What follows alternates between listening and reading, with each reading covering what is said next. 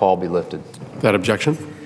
Mr. President, I come to the floor today to discuss the President's budget, which we understand will be released tomorrow. And the budget comes out at a time when there's a lot of economic news floating around. There was a jobs report that came out last week that indicated that jobs growth had been much slower than had been expected. There were about 190,000 jobs expected to be created. There were only 88,000 jobs created in that report. And the unemployment rate, although it dropped a little bit to 7.6%, if you factor in the number of people who had quit looking for jobs, that was 500,000 people. 500,000 people quit looking for jobs.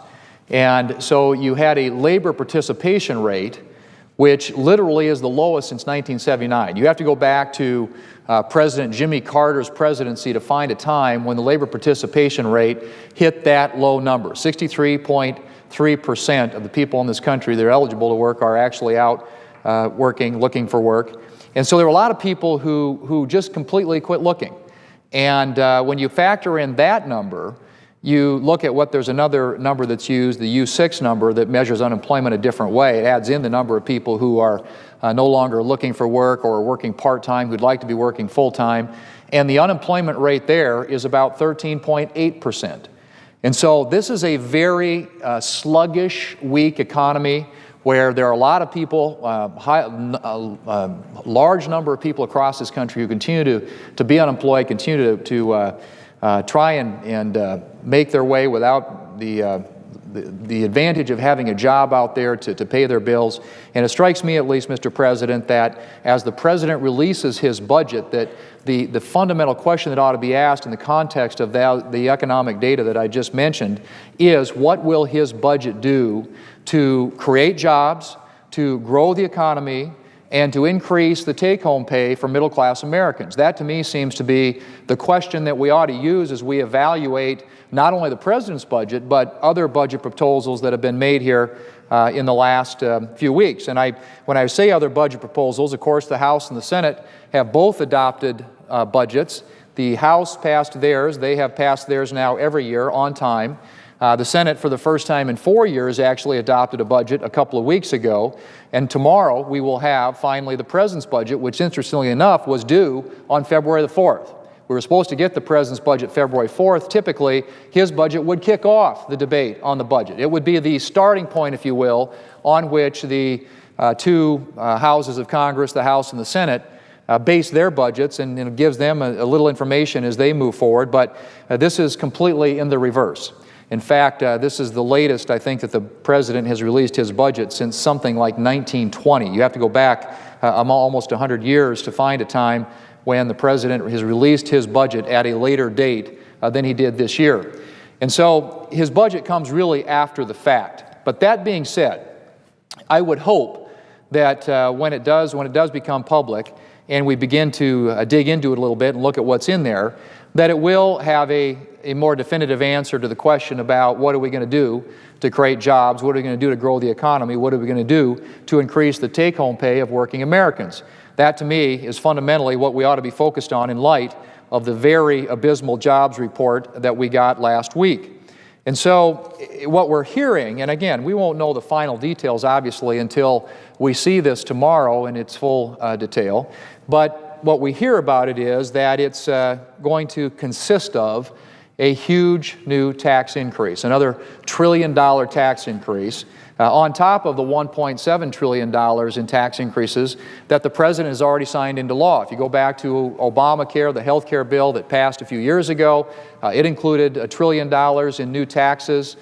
You have the fiscal cliff deal that was reached on January 1st of this year, $620 billion in new taxes, and then you add up some other taxes that have been imposed since the President took office. We're now up over $1.7 trillion in new taxes and new revenue. And so when the word came out that the President's budget was going to include another $1 trillion in new taxes on top of the $1.7 trillion already mentioned, you start asking the question, at what point does this really do serious harm to the economy? At what point do we get to that juncture where you've got so much burden, so many new taxes, new regulations imposed upon our economy, that it becomes just increasingly difficult, if not impossible, to create jobs and get the economy growing at a faster rate. And in fact, if what we're hearing and reporting, at least at this point, is that the $1 trillion in new taxes overall, you would have a $600 billion number in terms of deficit reduction.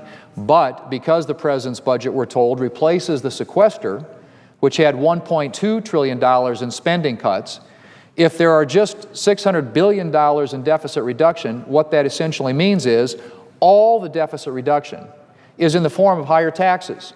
You've got $1 trillion in new taxes, $600 billion in deficit reduction, and you're completely replacing the $1.2 trillion in spending cuts that currently is in effect, unless, of course, as is proposed in the President's budget, at least we're told, is going to be replaced. But my point simply is this. We are, in this country today, we've got a sluggish economy, chronic high unemployment, massive amounts of debt, all of which can be, if not entirely, but at least partially cured by, fixed by, a more robust, a more expansive, a growing economy, growing at a more historic rate. The economic growth that we've seen in the last, since this President took office, the average is 0.8%. 0.8% is the average economic growth in the 4 years that the President's been in office. Well, the historic average for the past 60 years is about 3.3%, and that includes 11 recessions. We've been through 11 recessions in the last 60 years, and still we have an average growth rate of 3.3%. Not terribly robust, but on average at least good enough to keep the economy chugging along, to keep throwing off enough jobs out there to keep majority or at least keep the unemployment rate at a reasonable level and keep Americans employed. And yet in the last 4 years, the average now is 0.8%. And you know, last year we looked at 1.5% to 2%, that neighborhood. But the fact of the matter is, until we start growing at a faster rate, we are going to continue to be plagued by chronic high unemployment, and we're going to continue to have these massive deficits year over year. Because, as we all know, when you've got a growing, expanding economy, people are working, people are investing, people are making money, and they're paying more taxes. And so when the economy is growing, you get more tax revenue, and that makes these fiscal imbalances look much smaller by comparison as well. So the real goal, the real objective that we ought to have in front of us, if we want to deal with the fiscal imbalance and if we want to deal with the sluggish economy out there, is policies that will promote economic growth, policies that make it less expensive and less difficult for people in this country to create jobs. Not add more taxes, not add more in the cost in the form of new regulations, not imposing more burdens on the economy, but unleashing the economy and allowing it to grow and allowing people in the economy to create jobs. Well, there are a number of reasons why that can't happen. We've got, as I said, $1.7 trillion in new taxes that have been put on the economy since the President took office. If his budget, as we're told, is going to include another $1 trillion in new taxes. You've got new health care mandates that businesses, small businesses, large businesses, businesses of all sizes are reacting to. It's something I hear more about now when I travel my state than almost anything else. When you talk to people who are out there, the people who create the jobs, there's uncertainty about how this is going to be implemented.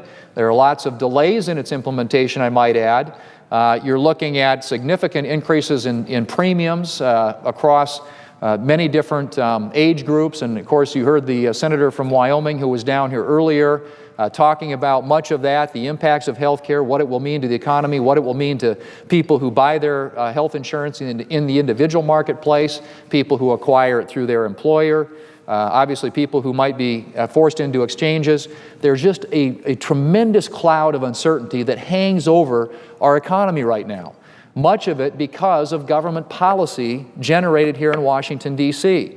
And one of those policies, of course, is, many of those policies actually deal with or come back to the budget. What is the vision that we have for the future of this country? A budget really is a vision statement, as has been stated by Vice President Biden in the past.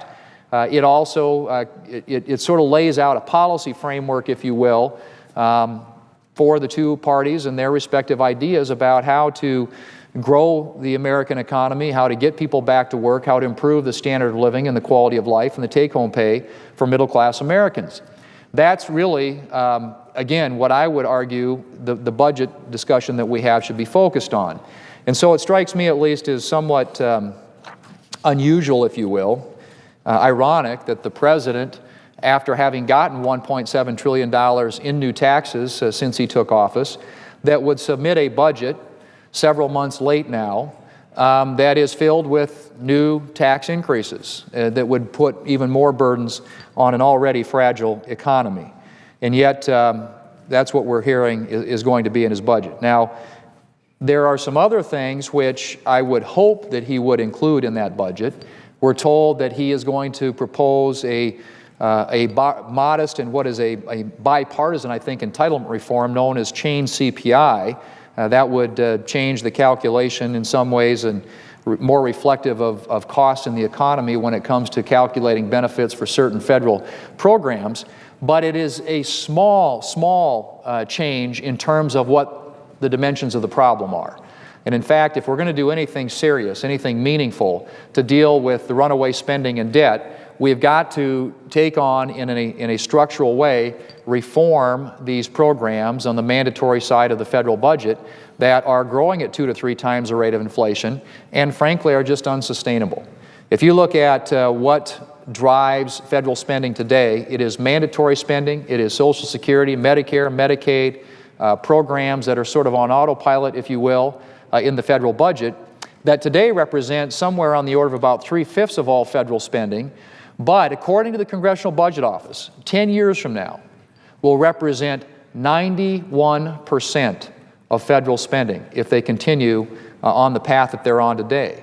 That is completely unsustainable. That means we have 9% of all federal revenue available to fund national security, fund non-defense discretionary spending, and to pay interest on the debt. That is something that we just cannot, that is a future we cannot comprehend. And I think, Mr. President, what that points out is that we need to deal with these programs in a way that reforms them, that saves them, that protects them, not only for generations of Americans today who depend upon them, but also for future generations of Americans to ensure that they're there. On the current trajectory, on the current path that we're on, we simply cannot do that. And we've got to make changes and we've got to reform these programs. And so it would seem that the President in his budget would contemplate what he might do, proposals he might make to address that. But again, we won't know for sure until we see it tomorrow, but my understanding is there will be very little in terms of consequential change, meaningful reforms and restructuring of programs that will actually get us on a more sustainable fiscal path. And I have to say that, you know, the connection, when we talk about policies, and I could go into a lot of different policy areas that I think drive up the cost of doing business in this country, one of which I already mentioned, and that's the new health care entitlement program that imposes lots of new requirements and mandates on employers, as well as on individuals, and has, you know, is filled with $1 trillion in new taxes. But there are other areas of our economy as well.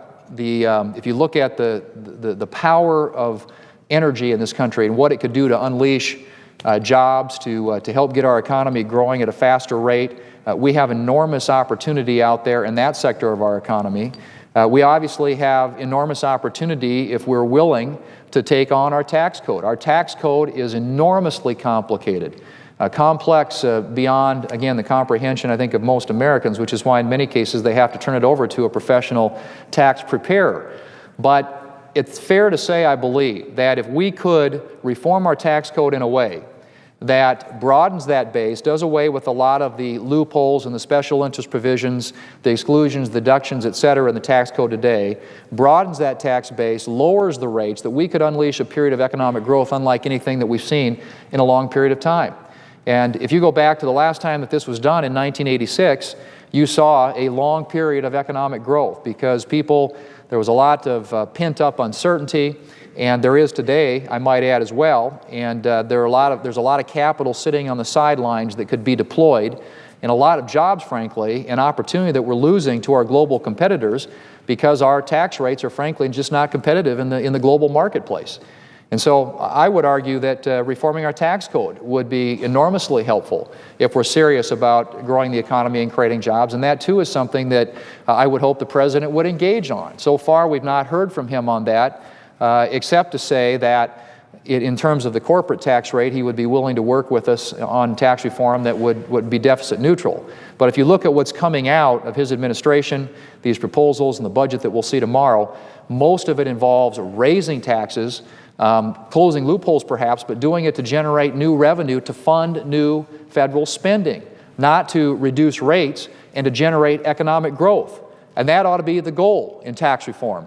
Economic growth. It ought to be pro-growth tax reform. And it would do, I think, it'd take us a long ways toward that goal of getting this economy back on track and unleashing the economic growth that we all want to see. But I have to say that it's also really important, if we're going to get the economy growing again, that we get federal spending under control. There is a lot of research out there, a lot of study that's been done that's looked at the relationship between high levels of debt as a percentage of our economy, GDP, and high levels of spending as a percentage of our GDP, and how that impacts or translates into economic growth and jobs. And the studies suggest that when your debt to GDP reaches a certain level, and ours exceeds that, about 90%, according to one of the studies, that it costs you a point to a point and a half of economic growth every single year. Well, in this country, that's about 1 million jobs. And so as long as we continue to have a debt to GDP that exceeds 90%, ours now is about 104 or 105% of GDP, we're in really dangerous territory when it comes to the fragile nature of our economy and what it means to our ability to grow in the long term as we project out into the future. And if you look at many of the European nations who are really strangled with high debt loads right now, tremendous amount of leverage, and you can see what's happening in their economies. Well, how have they tried to cure that? In most cases, they try to raise taxes, which makes the problem even worse because that slows economic growth. And so what we need to be looking at here in terms of a budget is a budget that takes on what is driving federal spending over the long term, the mandatory part of the budget, reforms and restructures programs in a way that saves and protects them, doesn't in any way impact people who are drawing benefits today, but makes those programs more sustainable for future generations of Americans, that gets the debt to GDP and the spending to GDP levels down to a more historic norm that are consistent with what we've seen over our nation's history as opposed to what we're looking at today, which are extraordinary high levels of debt and extraordinary high levels of spending as a percentage of GDP. That we think about what we could be doing in terms of reforming the tax code and streamlining regulations to lessen the burden and the tremendous weight that we put on top of our small business creators, or our small businesses and our job creators in this country. Those are the types of things that we ought to be looking at in terms of policy.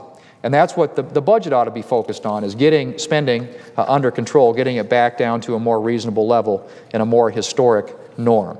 But until we do that, Mr. President, my fear is that we are going to continue to see chronic high unemployment, a lot of people leaving the workforce, labor participation rates that are at historic lows. We are going to continue to see a sluggish economy that continues to stumble along at 1.5% to 2% annual growth. We're going to continue to see take-home pay levels go down for ordinary working class, middle class Americans who are out there trying to pay their bills, trying to take care of their everyday expenses and perhaps put a little bit aside for their retirement or for their children's education. Those are hard decisions that Americans in their kitchen tables are making every single day.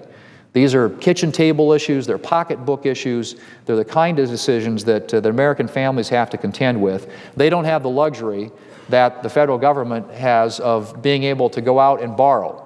And of course today, at about every dollar that we spend here in Washington, D.C., 40 cents is borrowed. So we continue to borrow like there's no tomorrow. We continue to pile up massive amounts of debt, put it on the backs of our children and grandchildren, hand them the bill for the credit card overcharges that we're making today. That's flat wrong. It's inconsistent with everything that has made this nation great. Part of our nation's heritage is we've been a country that has understood the idea that one generation sacrifices so the next generation can have a higher standard of living and a better quality of life. That's something that's very true in my part of the country, in the Midwest and South Dakota. People who settled in South Dakota, my grandfather and great uncle being among those, came in 1906 and didn't speak English, learned the language, worked really hard building the railroad, and later were able to save enough money to buy a small merchandising store and continued in their pursuit of the American dream. And that is what I think has characterized generations of Americans like them since up until today. Today we are at a point in American history where if we don't get our fiscal house in order, if we don't deal with these imbalances that go on now for decades, we are going to relegate, if you will, future generations of Americans, our kids and our grandkids, to a lower standard of living and a lower quality of life than what we've enjoyed. And that's why the President's budget, inasmuch as it is late, is so important, because it really does set that tone. It really does tell you what that vision for the future of this country is. And if we don't have a leader in the White House who can lay out in a systematic way what he wants to do to address these economic data, the statistics that I mentioned earlier, the high unemployment, the underemployment, you consistently see these economic numbers come out. One month to the next, it's a little improvement, and we get all excited about that. And the next month, it takes another tumble, and you find more and more people who are just leaving the workforce, and the labor participation rate is at a historic level, low level. Since 1979, we haven't seen it down to 63.3%, which is what it was for the month of March. And if we're going to do something about that, we're going to have people who are willing to demonstrate the political courage that's necessary to confront these big challenges and these big decisions. And that means people here in the United States Senate, the U.S. House of Representatives, but awfully important to all this is the President of the United States. There is only one person in this country who, among 307 million Americans, can sign a bill into law. There's only one person in this country who has the bully pulpit and the capability to rally people here in the Congress as well as people around this country around great causes. And I can't think of a greater cause today than doing something to deal with runaway spending and debt that is hurting our economy, that is enslaving future generations of Americans to a lower standard of living and a lower quality of life. Those are issues that need to be addressed, and the President's budget tomorrow could go a long ways toward addressing that. And I'm afraid it's going to be a missed opportunity if what we hear about it is actually true. And again, that is that it doesn't address the long-term drivers of spending and debt, that it raises taxes $1 trillion and does $600 billion of deficit reduction, but all in the form of higher taxes. That is not going to solve our problem. You cannot raise taxes enough in this country to deal with what plagues our country in terms of our fiscal imbalances, and that is the fact that we spend too much, not that we tax too little, and that we have a slow rate of growth in our economy, so slow that we're not generating the number of jobs and the amount of investment that will really get the economy growing and taking off again, but also improve the fiscal picture for our country's future. So I hope that I'm wrong about this and that we'll see tomorrow everybody will be pleasantly surprised and the President will take on the big issues and do away with more taxes and more spending and more regulations and more costs for businesses who are trying to create jobs. But that would, I think, be the triumph of hope over experience. And so far what we've seen out of this administration is that very formula. More spending, more taxes, more cost to small businesses to create jobs, higher cost of regulation. They've been consistent on that. That is not the way to get the economy growing and expanding again. And we believe that we ought to be not growing the government, but growing the economy. And frankly, if all of us here in the United States Senate looked at every bill that comes before us in terms of what will it do to create jobs, what will it do to grow the economy, what will it do to increase the take-home pay for middle-class Americans, we'd probably get a lot higher quality of legislation and legislation that would present solutions for the American people, which is something that we're not doing today. Mr. President, I yield the floor.